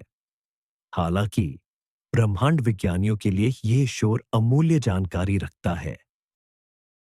इसकी तीव्रता और आकाश में इसके वितरण का अध्ययन करके वैज्ञानिक यह निष्कर्ष निकाल सकते हैं कि पहले तारे और आकाश गंगाएं कैसे बनी और पुनरायनीकरण का युग, इपोक ऑफ रियोनाइजेशन, कैसे गुजरा। यह वह समय था जब पहले तारों की रोशनी ने युवा ब्रह्मांड में भरे उदासीन हाइड्रोजन के बादल को चीर दिया था। इस शोर में किसी पुरातात्विक परत की तरह ब्रह्मांडीय संरचनाओं के विकास के शुरुआती चरणों की जानकारी छिपी हुई है। वैज्ञानिक इस समग्र शोर से झात नजदीकी स्रोतों के संकेतों को घटाने की कोशिश कर रहे हैं, ताकि वे पहले तारों से आने वाले सबसे कमजोर और सबसे प्राचीन संकेत तक पहुंच सकें। यह एक अविश्वसनीय रूप से मुश्किल काम है। यह ऐसा है जैसे फाइनल गोल होने के समय स्टेडियम के दूसरे कोने में हो रहे फुसफुसाहट को सुनने की कोशिश करना। लेकिन यदि वे सफल होते हैं, तो हम ब्रह्मांडीय उषाकाल, कॉस्मिक डॉन को सुन सकेंगे। वह क्षण जब एक लंबे अंधकारमय युग के बाद ब्रह्मांड में पहली रोशनी जली थी।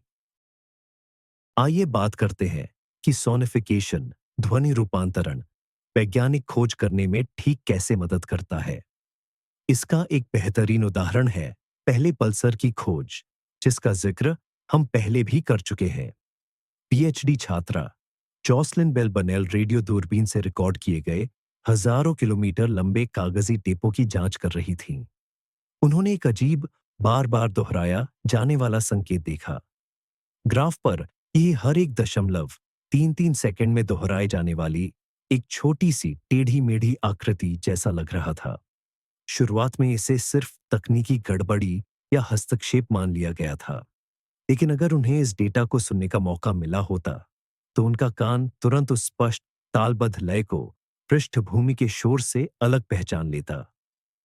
मानव श्रवण में समय आधारित पैटर्न को पहचानने की एक अद्भुत क्षमता होती है। हम बेतरतीब शोर को संगीत से, चीख को सामान्य बातचीत से और बारिश की बूंदों की आवाज को कदमों की आहट से अलग कर सकते हैं। वैज्ञानिक इस क्षमता का सक्रिय रूप से उपयोग कर रहे हैं। गुरुत्वाकर्षण तरंगों की खोज के लाइगो लाइगो प्रोजेक्ट में डेटा का विश्लेषण केवल कंप्यूटरों द्वारा ही नहीं किया जाता। एक नागरिक विज्ञान प्रोजेक्ट ग्रेविटी स्पाई भी है, जहां स्वयंसेवक डिटेक्टरों में मौजूद सोनिफाइड ग्लिच यानी छोटे शोर संकेतों को देखते और सुनते हैं। इन शोरों को वर्गीकृत करके लोग कृत्रिम बुद्धिमत्ता एआई को यह सिखाने में मदद करते हैं कि वास्तविक संकेत और गड़बड़ी के बीच बेहतर ढंग से अंतर कैसे किया जाए। दूसरा उदाहरण है एस्ट्रोसिस्मोलॉजी यानी तारकीय भूकंप विज्ञान। किसी तारे के गीत का विश्लेषण करते हुए कोई व्यक्ति न केवल उसका मूल स्वर बल्कि उसके ओवरटोन ढ कने पीट्स और उसके संगीत की गुणवत्ता टिम्बर में बदलाव भी सुन सकता है। ये बारीकियां जो ग्राफ पर स्पष्ट रूप से दिखाई नहीं देती, एक प्रशिक्षित कान के लिए स्पष्ट रूप से सामंजस्य हारमोनी में बदलाव के रूप में सुनाई देती है। ये बदलाव ये संकेत दे सकते हैं कि तारे के पास ग्रह है या उसके केंद्र में क्या प्रक्रियाएं चल रही है, या यह कि वह किसी द्वितारा प्रणाली का हिस्सा है। सोनिफिकेशन संख्याओं के अमूर्त सेटों को सहज रूप से समझने योग्य चीजों में बदल देता है, जिससे वैज्ञानिकों को प्रकृति द्वारा दिए गए सबसे परिष्कृत पैटर्न पहचानने वाले उपकरणों में से एक यानी हमारी अपनी सुनने की क्षमता का उपयोग करने की अनुमति मिलती है। यह समझना जरूरी है कि सोनिफिकेशन ध्वनि रूपांतरण केवल विज्ञान नहीं है, बल्कि कुछ हद तक कला भी है। डेटा को ध्वनि देने का कोई एक सही तरीका मौजूद नहीं है। सोनिफिकेशन पर काम करने वाले वैज्ञानिक या कलाकार को कई रचनात्मक फैसले लेने पड़ते हैं। डेटा की किस विशेषता को हम स्वर पिच से जोड़ेंगे और किसे आवाज की तीव्रता वॉल्यूम से। क्या अलग अलग तरह के सिग्नलों के लिए अलग अलग वाद्य यंत्रों का इस्तेमाल किया जाना चाहिए? उदाहरण के लिए पल्सर पुलजर से आने वाले सिग्नल को ढोल की आवाज जैसा, और मैग्नेटोस्फीयर के हल्के उतार चढ़ावों को बांसुरी या सिंथेसाइजर की ध्वनि जैसा बनाया जा सकता है। ये फैसले हमारे अनुभव को प्रभावित करते हैं। ब्लैक होल की ध्वनि जब एक गहरी और भयानक गड़गड़ाहट के रूप में प्रस्तुत की जाती है, तो हमारे मन में कुछ अलग भावनाएं पैदा होती हैं। वहीं अगर इसे एक तीव्र स्पष्ट धुन की तरह बजाया जाता, तो हमारा अनुभव बिल्कुल अलग होता। यह व्यक्तिपरकता सब्जेक्टिविटी इस विधि को कम वैज्ञानिक नहीं बनाती, बशर्ते डेटा का मूल पैटर्न सुरक्षित रहे। इसके विपरीत यह संचार के नए रास्ते खोलती है। मैट रूसो या सिस्टम साउंड्स जैसे कलाकार और संगीतकार खगोलीय डेटा के आधार पर पूरी संगीत रचनाएं तैयार करते हैं। उदाहरण के लिए वे ट्रैपिस्ट वन प्रणाली में ग्रहों की कक्षाओं का डेटा लेकर प्रत्येक ग्रह को अपनी एक नोट सुर सौंप देते हैं। जैसे जैसे ये ग्रह घूमते हैं, एक अनोखी सुरीली धुन बनती है। ऐसे प्रोजेक्ट उन लोगों की मदद करते हैं जो विज्ञान से दूर हैं, ताकि वे अंतरिक्ष के सौंदर्य और तालमेल को महसूस कर सकें। वे जटिल अवधारणाओं को संगीत की सार्वभौमिक भाषा में बदल देते हैं, जिससे लोगों में महान खोजों के प्रति विस्मय और जुड़ाव की भावना पैदा होती है। ये सख्त फॉर्मूलों की दुनिया और मानवीय भावनाओं की दुनिया के बीच एक पुल है, जो दिखाता है कि ब्रह्मांड न केवल समझने योग्य है, बल्कि अत्यंत सुंदर भी है। हालांकि हम ब्रह्मांड की ध्वनियों पर चर्चा कर रहे हैं, लेकिन हमें इसके विशाल समय पैमानों टाइम स्केल्स को हमेशा याद रखना होगा। जिन प्रक्रियाओं को हम सुनते हैं, वे हमारी परिचित समय सीमा से बहुत भिन्न हैं। हम पहले बता चुके हैं कि पर्सियस क्लस्टर में एक ब्लैक होल से आने वाली ध्वनि तरंग का एक एकल कंपन ऑसिलेशन 10 मिलियन वर्ष तक चलता है। इसे सुनने के लिए हमें इन 10 मिलियन वर्षों को महज एक सेकंड में संपीड़ित कंप्रेस करना पड़ता है। हमारे सूर्य जैसे सामान्य तारों के स्पंदन पल्सेशंस की अवधि कुछ मिनटों की होती है। उन्हें एक श्रव्य गूंज ऑडिबल हम में बदलने के लिए हमें रिकॉर्डिंग को हजारों गुना तेज करना पड़ता है। सिस्टम साउंड्स परियोजना में ग्रहों का घूर्णन रोटेशन जो एक धुन पैदा करता है, वास्तव में उसे पूरा होने में दिन, महीने और साल लगते हैं। संगीत को पकड़ने के लिए हम समय को तेज कर देते हैं। इसके विपरीत कुछ अति तीव्र सुपरफास्ट प्रक्रियाएं भी हैं। एक तीव्र रेडियो विस्फोट फास्ट रेडियो बर्स्ट सिर्फ 1 सेकंड के हजारवें हिस्से तक चलता है। इसे सुनने और विश्लेषण करने के लिए वैज्ञानिकों को इसके विपरीत समय को धीमा करना पड़ता है। इस छोटे से आवेग पल्स को खींचना पड़ता है। समय के पैमानों के साथ यह खिलवाड़ ही ध्वनि रूपांतरण सोनिफिकेशन की सबसे अद्भुत विशेषताओं में से एक है। यह हमें ब्रह्मांड की उन लयों रिदम्स को महसूस करने की अनुमति देता है जो हमारे सीधे अनुभव से बिल्कुल परे हैं। हम एक आकाशगंगा की धीमी सांस को सुन सकते हैं जो लाखों वर्षों तक चलती है, और एक मरते हुए तारे की अति संक्षिप्त चीख को भी जो केवल एक क्षण में घटित हुई। यह हमें परिप्रेक्ष्य पर्सपेक्टिव की एक अनूठी भावना देता है। इन खगोलीय चक्रों की तुलना में हमारा अपना जीवन, मानव जाति का पूरा इतिहास महज एक संक्षिप्त पल है। किसी तारे के त्वरित गीत या अंतर गैलेक्टिक शून्य इंटरगैलेक्टिक वॉइड से आने वाली धीमी क्लिक को सुनकर हम एक क्षण के लिए समय की अपनी मानवीय धारणाओं की सीमाओं से बाहर निकल आते हैं और स्वयं ब्रह्मांड की लय यानी अनंत काल को छूते हैं। आइए अब हम जमीन पर वापस आते हैं और बात करते हैं कि ब्रह्मांडीय आवाजें कैसी दिख सकती है, या ज्यादा सही कहें तो ध्वनि तरंगे हमें ब्रह्मांड को देखने में कैसे मदद करती है। हम बात कर रहे हैं डेटा विजुअलाइजेशन की, जो अक्सर सोनिफिकेशन के साथ साथ चलता है। कल्पना कीजिए एक ध्वनि का स्पेक्ट्रोग्राम। यह एक ग्राफ होता है जो दिखाता है कि समय के साथ ध्वनि की फ्रीक्वेंसी कैसे बदलती है। इसमें हाई और लो नोट्स, उनकी अवधि और उनकी तीव्रता आसानी से देखी जा सकती है। इसी तरह की विजुअलाइजेशन तकनीकें अंतरिक्षीय सिग्नलों पर भी लागू की जाती हैं। उदाहरण के लिए स्पेक्ट्रोग्राम पर पल्सर से आने वाला सिग्नल बराबर अंतराल पर दोहराई जाने वाली ऊर्ध्वाधर वर्टिकल रेखाओं की एक श्रृंखला जैसा दिखाई देगा। वहीं ब्लैक होल के विलय से उत्पन्न चर्प ध्वनि नीचे से ऊपर की ओर जाती हुई धीरे धीरे मुड़ती हुई रेखा के रूप में दिखेगी, जो फ्रीक्वेंसी के बढ़ते जाने को दर्शाती है। ये दृश्य पैटर्न उतने ही सूचनात्मक होते हैं जितनी कि खुद ध्वनि। कभी कभी खगोलविद और भी ज्यादा जटिल 3D विजुअलाइजेशन तैयार करते हैं।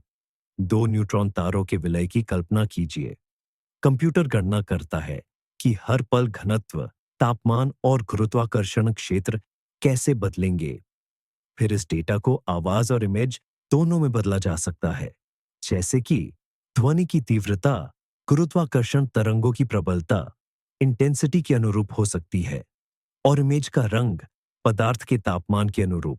इसके परिणाम स्वरूप हमें केवल एक वीडियो नहीं मिलता, बल्कि एक संपूर्ण ऑडियो विजुअल अनुभव मिलता है, जो हमें इस ब्रह्मांडीय तबाही को देखने और सुनने दोनों की अनुमति देता है।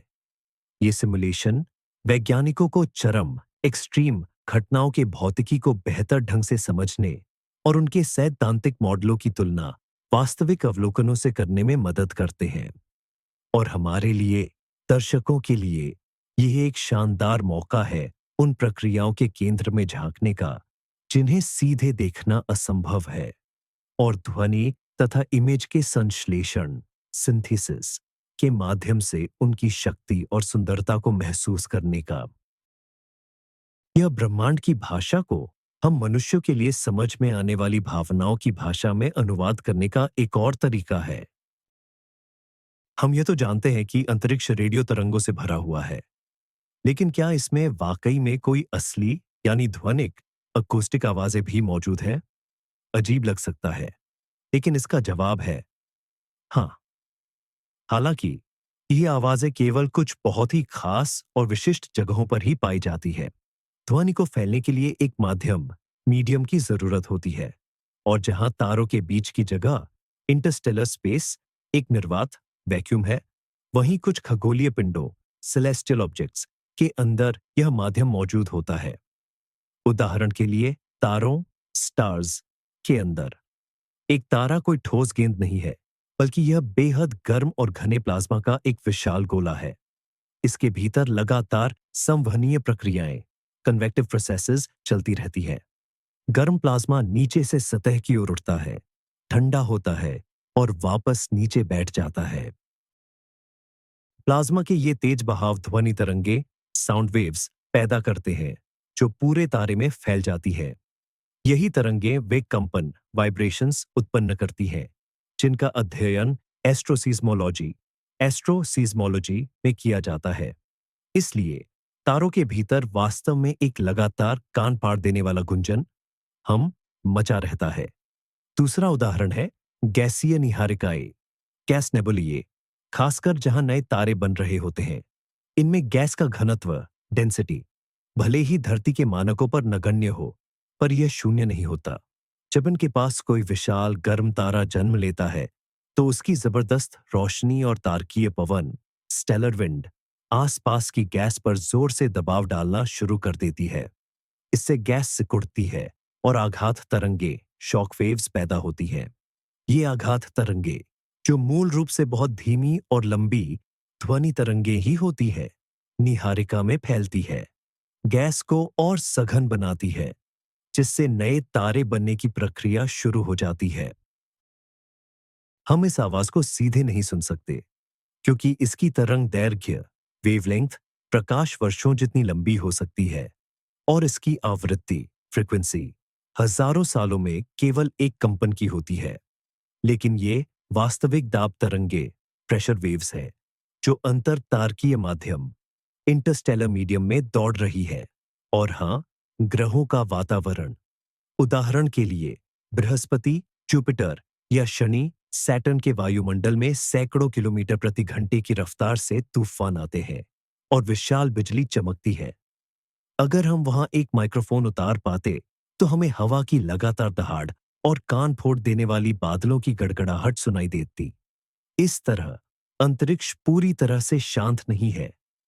इसके अलग अलग कोनों में, तारों के दिल में और निहारिकाओं के बादलों में अपनी खुद की ध्वनिक सिम्फनी अकॉस्टिक सिम्फनीज बज रही है, जो भले ही हमें सीधे न सुनाई दें, पर वे पूरी तरह से वास्तविक हैं।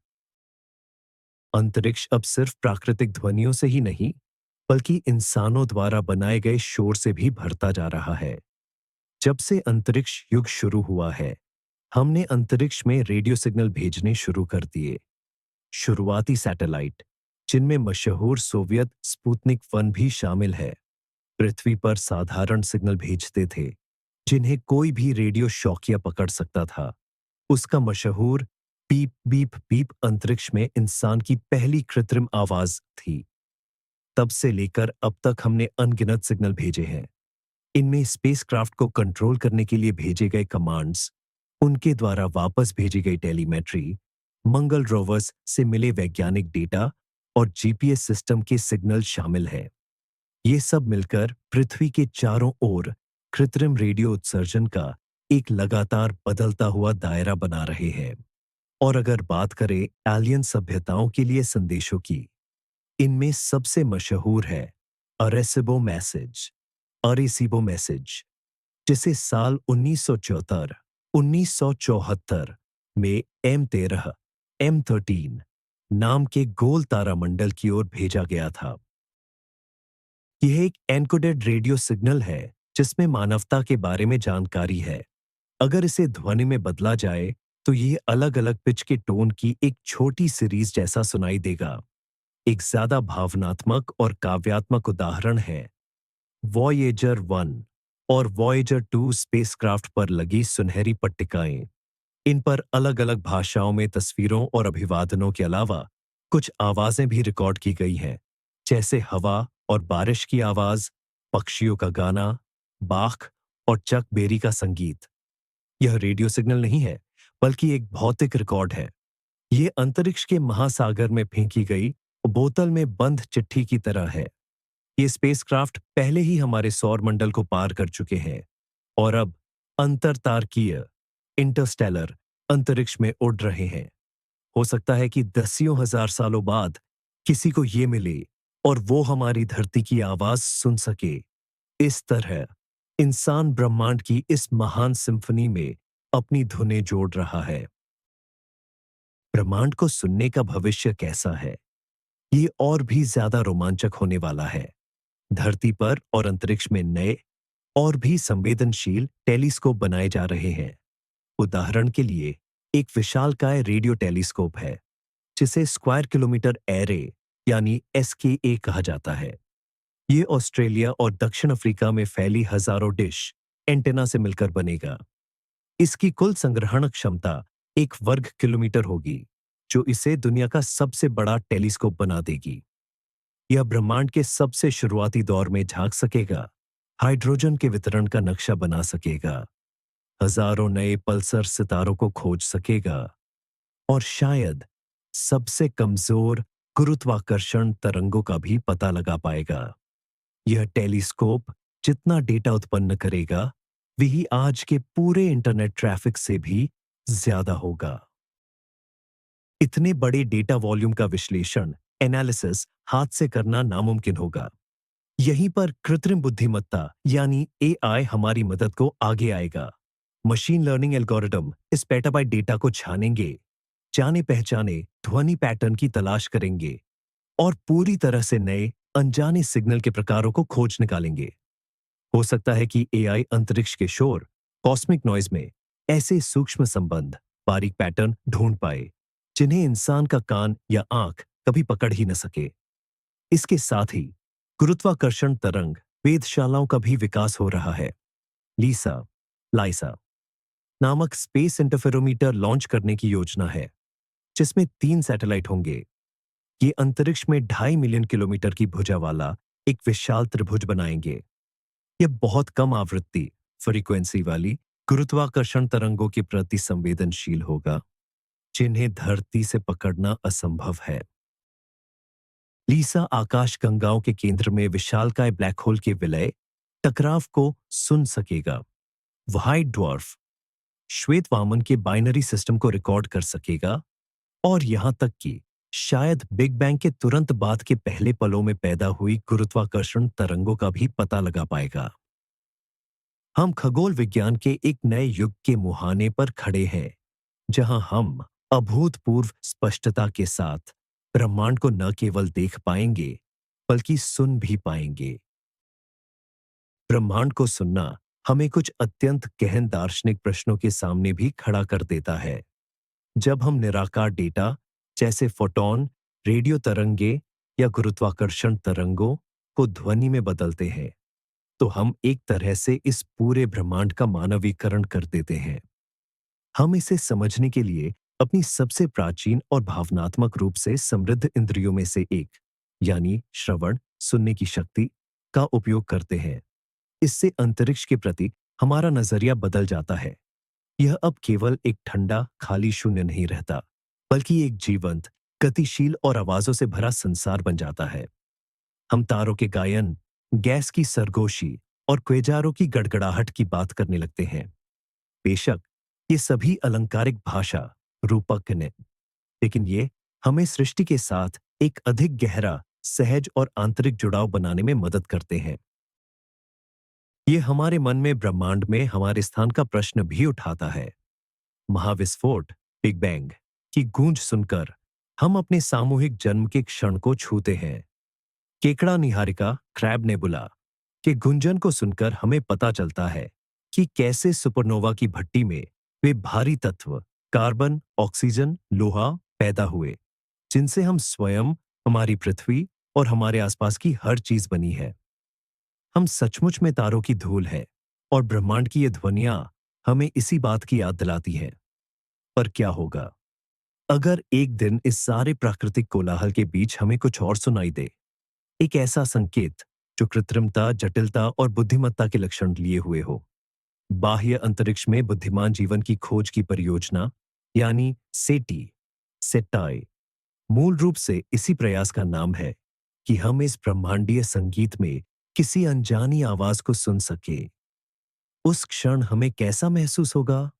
आश्चर्य, खुशी या डर? ब्रह्मांड को सुनना केवल ज्ञान की तलाश नहीं है, यह स्वयं को, अपने उद्गम को और हमारे संभावित भविष्य को खोजने का भी एक तरीका है। आइए थोड़ी कल्पना करें, अगर हमारी तकनीकें और भी उन्नत हो जाएं, तो हम और क्या सुन सकते हैं? उदाहरण के लिए, हम न्यूट्रिनो न्यूट्रिनो तौसों को पकड़ना सीख सकते हैं। ये बहुत छोटे, लगभग द्रव्यमान रहित कण होते हैं, जो तारों के अंदर परमाणु प्रतिक्रियाओं और सुपरनोवा विस्फोटों के दौरान पैदा होते हैं।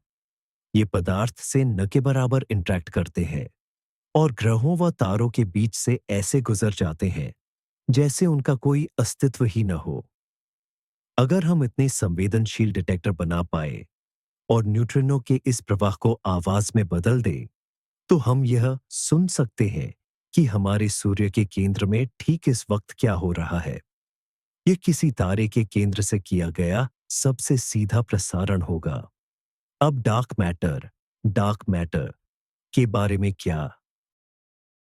यह रहस्यमय पदार्थ ब्रह्मांड के लगभग 85% द्रव्यमान का हिस्सा है, लेकिन हम नहीं जानते कि यह किससे बना है।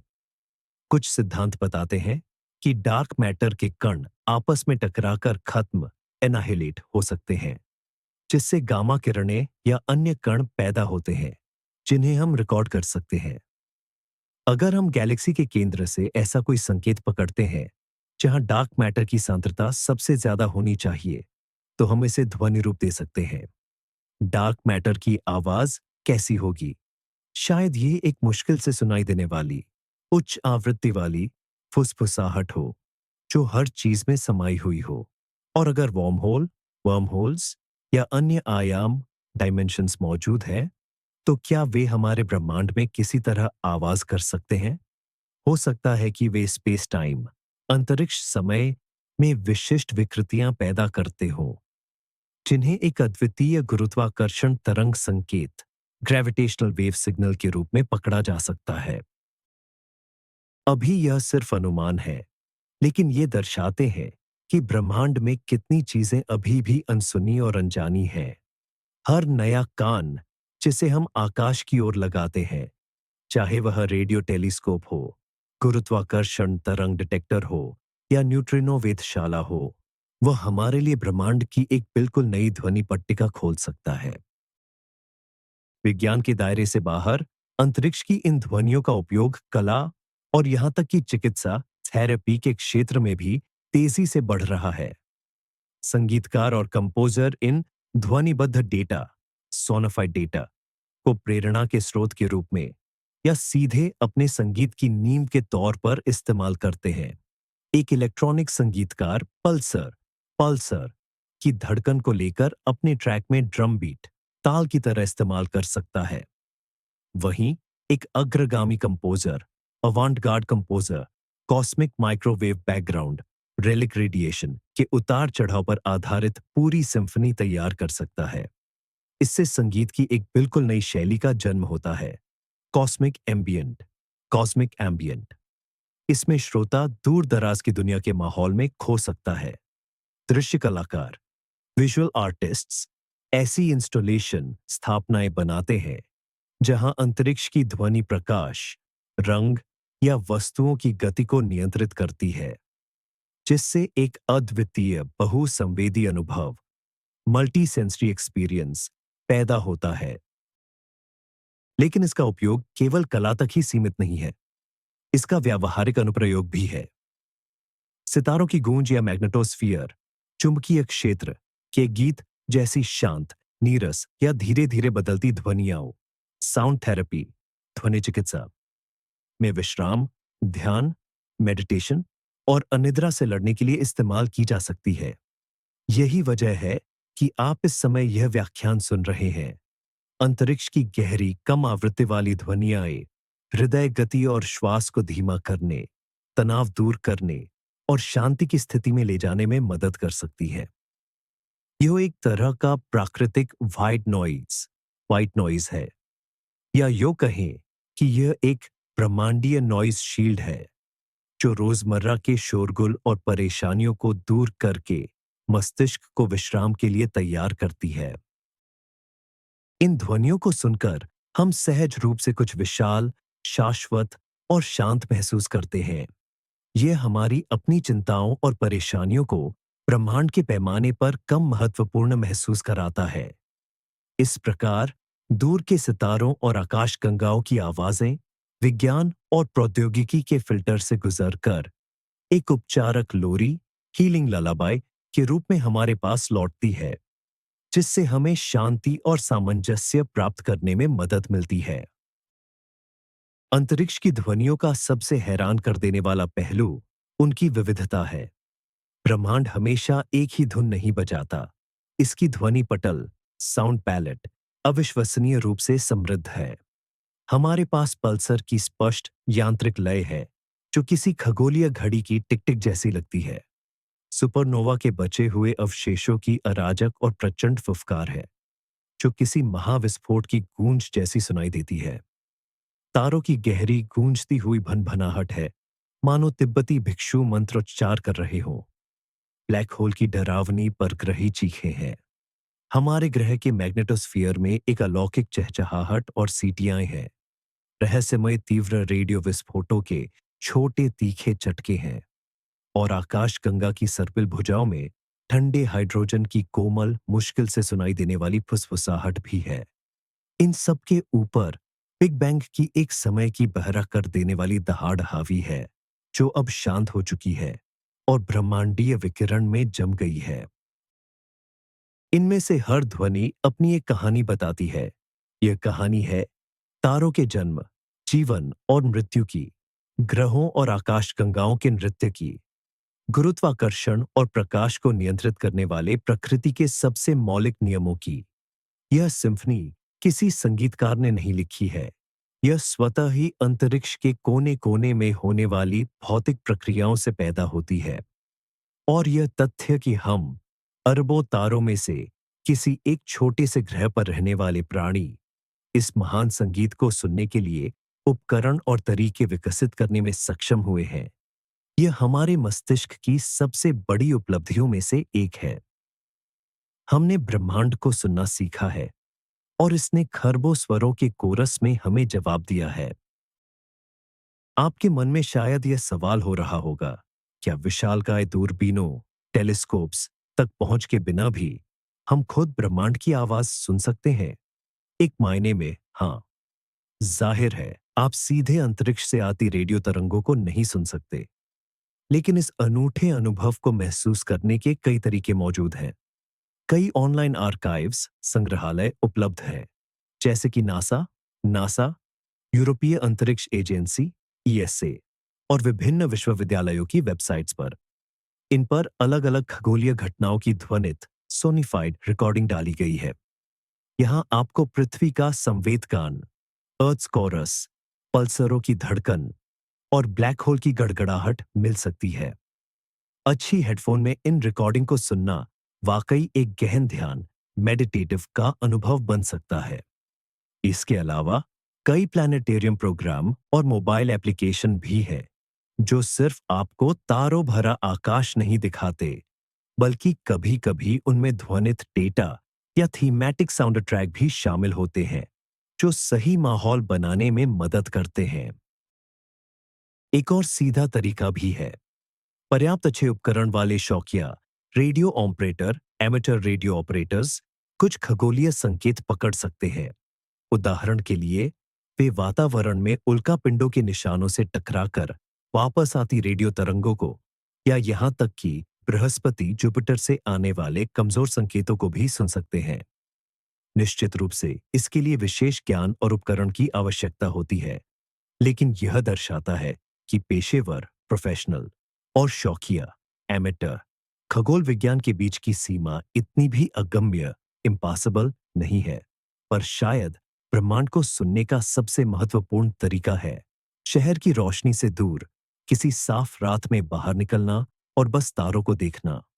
कल्पना करने की कोशिश करें कि प्रकाश का हर वह बिंदु प्लाज्मा का एक विशाल गूंजता हुआ गोला है, कि उनके बीच अदृश्य गैसों के बादल तैर रहे हैं जो अपनी रेडियो फ्रीक्वेंसी पर फुसफुसा रहे हैं, कि कहीं गहराई में पल्सर घूम रहे हैं और अपनी ब्रह्मांडीय ताल कॉस्मिक रिदम दे रहे हैं।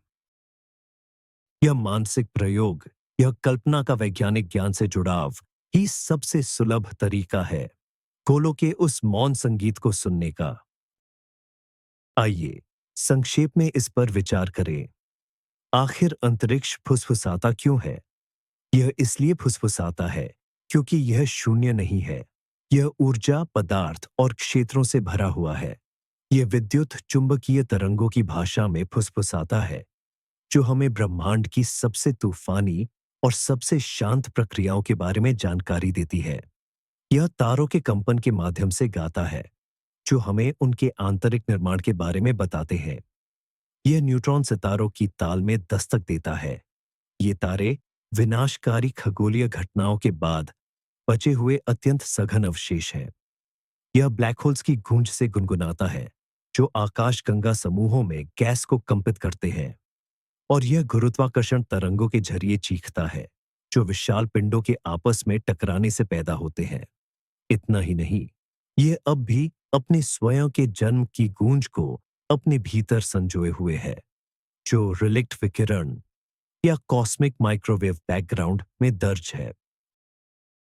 हम इस फुसफुसाहट को अपने कानों से नहीं सुन सकते, क्योंकि हमारी ज्ञानेंद्रियां इंद्रियां पूरी तरह से अलग परिस्थितियों, यानी हमारे ग्रह के सघन वायुमंडलीय वातावरण के अनुकूल बनी है। लेकिन हमने अपनी बुद्धि और ज्ञान के बल पर इस सीमा को पार कर लिया। हमने नए कान बनाए हैं, जैसे रेडियो टेलीस्कोप, एक्सरे वेधशालाएं और गुरुत्वाकर्षण तरंगों के डिटेक्टर। और हमने सुनने का एक नया तरीका इजाद किया है, सोनोफिकेशन सोनिफिकेशन, जो अंतरिक्ष की इस अनदेखी और अनसुनी भाषा को हमारे लिए समझने योग्य ध्वनि की भाषा में बदल देता है। यह अनुवाद हमें न केवल नई वैज्ञानिक जानकारी देता है, बल्कि हमें ब्रह्मांड को एक नए तरीके से महसूस करने, इसके पैमाने, इसके नाटक और इसकी सामंजस्यता, हार्मनी को समझने की अनुमति देता है। ये कॉस्मिक फुसफुसाहट इस बात का प्रमाण है कि ब्रह्मांड ठंडा और निर्जीव नहीं है। यह जीवित है, सांस लेता है, बदलता है और इसकी अपनी एक अनूठी आवाज है। हमें बस इसे सुनना सीखना है। और अब जब आप आंखें बंद करके सोने की तैयारी कर रहे हैं, तो इन ब्रह्मांडीय ध्वनियों को अपनी शांति और आराम का आधार बनने दें। पूर्ण सन्नाटे की कल्पना न करे, बल्कि एक ऐसे स्थान की कल्पना करे जो एक गहरी, सर्वव्यापी गूंज से भरा हो। यह ब्रह्मांड का पार्श्व स्वर है, जो अरबों दूर की आकाश गंगाओं की आवाजों से बना है। इस पृष्ठभूमि पर एक ऑर्केस्ट्रा में अलग अलग वाद्यों की तरह समय समय पर अन्य ध्वनियाएं उभरती हैं। जैसे आपके पास से एक लयबद्ध, स्पष्ट दस्तक गुजरती है। यह एक दूर का पल्सर है जो ब्रह्मांडीय समय को माप रहा है। फिर आप एक चिकनी, गूंजती हुई ध्वनि सुनते हैं, जो व्हेल के गायन जैसी लगती है। ये सौर पवन है, जो पृथ्वी के मैग्नेटोस्फीयर के तारों पर खेल रही है, जिससे ध्रुवीय ज्योति ऑनरोरा उत्पन्न होती है। अचानक एक छोटी तेज क्लिक की आवाज आती है, जो किसी अन्य आकाशगंगा से आई है। ये एक रहस्यमय तीव्र रेडियो विस्फोट, फास्ट रेडियो बर्स्ट है, जिसकी प्रकृति हमें अभी तक अज्ञात है। और कहीं बहुत गहराई में सुनने की क्षमता की सीमा पर एक अत्यंत निम्न स्वर में कंपन हो रहा है। यह एक दूर के समूह के केंद्र में स्थित अति विशालकाय ब्लैक होल गा रहा है। ये सभी ध्वनियां एक महान सिम्फनी में विलीन हो जाती हैं। एक ऐसी सिम्फनी जो 13 अरब 8 करोड़ वर्षों से बज रही है। इसका न तो कोई आरंभ है और न ही कोई अंत, यही बस है। और आप इस क्षण में इसका एक हिस्सा है। आपकी सांस भी एक लय है। आपके दिल की धड़कन भी एक स्पंदन, पल्सेशन है। इन ब्रह्मांडीय लयों को आपको शांत करने दे। स्वयं को इस विशाल, संगीत पैदा करने वाले जीव का हिस्सा महसूस करे, जिसे ब्रह्मांड कहते हैं। और आपकी नींद उतनी ही गहरी और शांत हो, जितनी आकाश गंगा की सर्पिल भुजाओं में ठंडी हाइड्रोजन की फुसफुसाहट। शुभ रात्रि। तो ब्रह्मांड की ध्वनियों में हमारा यह सफर अब समाप्त की ओर है। हमने जाना कि आम धारणा के विपरीत अंतरिक्ष, कॉस्मोस, बिल्कुल शांत नहीं है। यह अनेक आवाजों से भरा हुआ है। हमने सूरज की हवा और पृथ्वी के चुंबकीय क्षेत्र की टक्कर से पैदा होने वाले उस अजीब से थोड़ा डरावने कोरस को सुना। हमने पल्सरों की मेट्रोनोम जैसी तालात्मक आवाज भी पकड़ी। ये अत्यधिक घनत्व वाले तारों के अवशेष, रेमनेंट्स हैं। हम ब्रह्मांड की सबसे धीमी सप्तक, लो नोट, से हैरान हुए। यह पर्सियस पर्सियस क्लस्टर में मौजूद विशाल ब्लैक होल की गहरी गुंजन हम है, जिसके कंपन लाखों सालों तक चलते हैं। और शायद सबसे आश्चर्यजनक बात यह है कि हमने गुरुत्वाकर्षण तरंगों, ग्रेविटेशनल वेव्स की चर्प को भी सुना। यह दो ब्लैक होल के टकराने से निकली असल ध्वनि थी, जो कि खुद काल अंतरिक्ष, स्पेस टाइम के कपड़े, फैब्रिक का कंपन है। और अंत में हमने उस पहली ध्वनि को भी छुआ, युवा ब्रह्मांड की गर्जना, जिसका प्रतिध्वनि, इको, आज भी कॉस्मिक माइक्रोवेव बैकग्राउंड रेडिएशन में गूंज रहा है। पता चलता है कि अंतरिक्ष की खामोशी सिर्फ एक भ्रम है। दरअसल यह ऐसी जानकारी से भरा है जिसे हमारे दिमाग ने ध्वनि की भाषा में बदलना सीख लिया है। इससे हम वास्तविकता को एक बिल्कुल नए स्तर पर समझ पाते हैं। यह ब्रह्मांडीय संगीत, कॉस्मिक सिम्फनी, केवल कुछ दिलचस्प तथ्यों का संग्रह नहीं है। यह हमें याद दिलाता है कि हम एक बेहद जटिल, गतिशील और खूबसूरत ब्रह्मांड में रहते हैं, जो रहस्यों से भरा है, ऐसे रहस्य जो खुलने और सुने जाने की प्रतीक्षा कर रहे हैं। हमारे साथ ये समय बिताने के लिए आपका बहुत बहुत धन्यवाद। अगर इस सफर ने आपको आराम करने और कुछ नया सीखने में मदद की है, तो कृपया इस वीडियो को लाइक करें और चैनल को सब्सक्राइब करें, ताकि आप नए स्लीप लेक्चर्स को मिस न करें और घंटी वाले बटन को दबाना न भूलें। और अब आपके लिए एक सवाल। जिन ब्रह्मांडीय ध्वनियों की हमने आज चर्चा की, उनमें से किसने आपको सबसे ज्यादा चकित किया? या हो सकता है कि कोई और ब्रह्मांडीय वस्तु हो जिसका स्वर आप सुनना चाहते हो? हमें कमेंट सेक्शन में जरूर बताइए। हमें पढ़कर बहुत अच्छा लगेगा। शुभ रात्रि।